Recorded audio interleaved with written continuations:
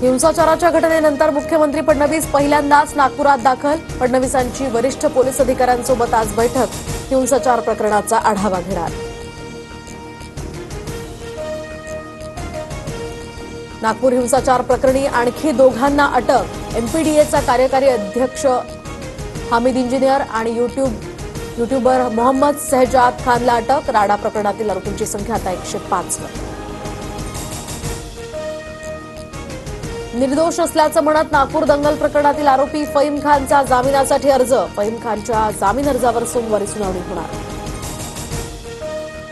सर्वाधिक शेतकऱ्यांच्या आत्महत्या सरकारच्या धोरणामुळे. तुमच्या धोरणामुळे लोक मरत असतील तर तुम्ही औरंगजेबापेक्षा कमी आहात का? बच्चू कडूंची टीका.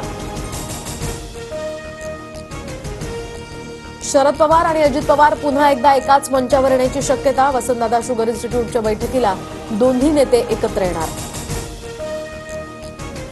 प्रशांत कोरटकर दुबईला पळून गेल्याची चर्चा. कोरटकरचा दुबईमधील फोटो व्हायरल. चर्चेला उधाण. सूत्रांची माहिती. नागपूरवरून थेट दुबई गाठण्यासाठी कोरटकरनं दंगलीचा आधार घेऊन पळ काढल्याचं दिसतं. गृह खात्यानं तात्काळ कोरटकरच्या मुसक्या आवळून भारतात आणावं. अमोल मिटकरींचं ट्विट.